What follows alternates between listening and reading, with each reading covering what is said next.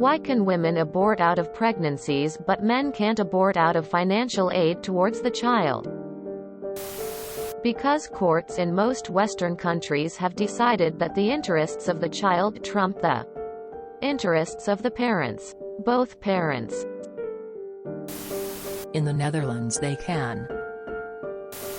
I didn't take child support from my daughter's biological father for 10 years after she was born, as he seemed pretty keen to stay out of her life by not phoning, moving interstate, then overseas. But when he showed up with a lawyer wife and a false narrative about me alienating him, you bet I started claiming child support. Some dudes get ripped off massively.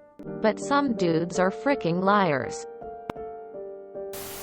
There are lots of men who do abort out of paying child support. Some states allow you to give up the rights and responsibilities. Others just don't pay. My father was one of those people. It takes time and money to fight for child support through the court system. And that's often something that a single parent does not have. So even though they may have the responsibility to pay, that doesn't mean a thing if you can't enforce it. They just sign over all their rights. The only con is if you have contact with the child before they are 18, you can owe back child support. I also wonder the same thing is op. But I also wonder why there are so many men out there who are willing to have unprotected sex with strangers or people they're not in real, long-term, serious, committed relationships with. Sure, all forms of contraception and birth control can fail, but in general the balance of risk is wear a condom and have less pleasurable sex vs not wear a condom and have more pleasurable sex, but potentially contract an STI and significantly increase your chances of the woman getting pregnant, whereby she may decide to keep it and you're legally and financially tied to supporting the baby. And it could be twins. Damn, all I can say is I walked in the room and this shit was so deep I had to walk out. Okay, first things first, there are some instances where man ended up having a kid they didn't want, and where they expressed such clearly before pregnancy or during the time for abortion. Those cases, I think those men shouldn't father the child and they shouldn't have responsibilities for this new life if the birth happens. However, there are plenty of cases where the sperm donor decides to go backseas after the time or after the child is born, or even both parents didn't notice until it was too late for abortion. This kind of backing out, leaving mother and child without support, has historical background, long at least in Europe. And it's very unfair and abuse. For that reason we still have this outdated law. In fact, it should be we both want a kid, or don't want the abortion. Sign paper as such, and then there is no rolling out when it's too late for abortion. Give up your parental rights. You don't get to be legally entitled as a parent while also doing jack shit for your children. We have something called signing away your rights in the USA. This can in sense let you opt out of caring and supporting the child. But something I don't quite understand is why a woman can opt out from having a baby, whereas a man is stuck giving financial support to a baby he didn't want if the woman so chooses. It's not just men who are stuck paying child support. Women also pay child support. Child support is decided upon who has the least custody of children. This is more often than not men, because most men don't want full custody. And it's no mystery as to why. The reason why men don't get to opt out of child support is for the same reasons why women don't get to opt out of paying child support. The needs of the child outweigh the financial freedoms of either the mother or father.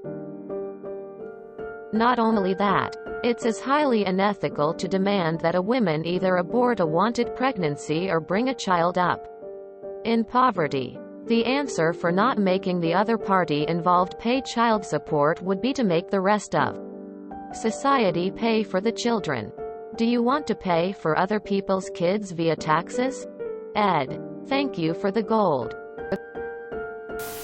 The key thing to realize is that it's not a symmetric situation. The woman gets pregnant. The man doesn't. So any notion of, it should be the same for both parties, is based on a false premise.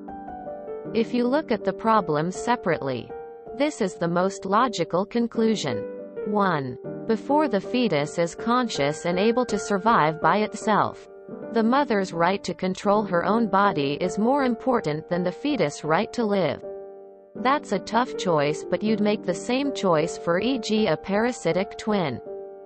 2. After the child is already born, the financial needs of the child are more important than the father's desire to avoid financial burden. This one isn't that controversial by itself. It's only the false equivalence that makes people question it. The net result is yes. In some sense, the woman has more choice than the man when it comes to unwanted children. But it ultimately comes from a biological asymmetry, not a discriminatory policy. It would, financially, incentivize fathers to denounce their unborn children. It would leave lots of single-parent families without the support they need, and some guys would have more unprotected sex if there were no consequences.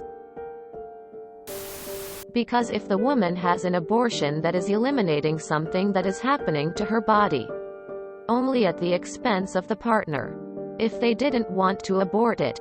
Whereas if a man refuses to pay child support, it's the child that suffers. Basically, it's a children's rights thing. If you don't want the financial responsibility of a child, I recommend investing in condoms or a vasectomy. In my case, I've been paying child support for a child that's not even mine. Yes, did a DNA test. Because the mother put my name on the birth certificate. Been paying since 2005. So from personal experience. The system is just fucked and biased. I agree with you here. The woman, rightly, would have the option to snort against the man's wishes. The man should also be able to sign a document forsaking all access to the child, but also releasing him from responsibility towards it. Because no child deserves to live in poverty. Support from the father, regardless of situation, is proven to result in a more well-adjusted adult when the child is raised. Less crime, less poverty. And that is something most people can get behind, want. We don't want to be dooming future generations, and already have an epidemic of struggling single-parent households which has eroded society.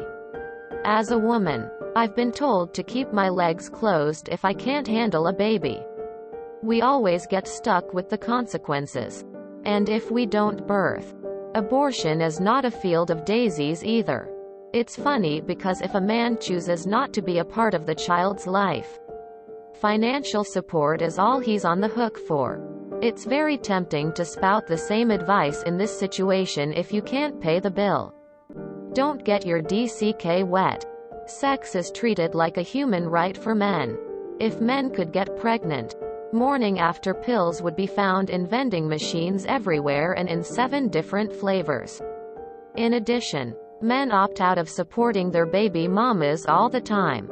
My boyfriend's mother got nothing out of her baby daddy. Not even child support. Especially these men wanting to raw away, they have troubles of their own or are deadbeats. And there's nothing to come after them for. Way more common than you'd like to believe. Well, the kid has kinda been born. It's not like he doesn't need food or clothes just because you don't want him. If you enjoyed this video, please check out our playlists full of similar content.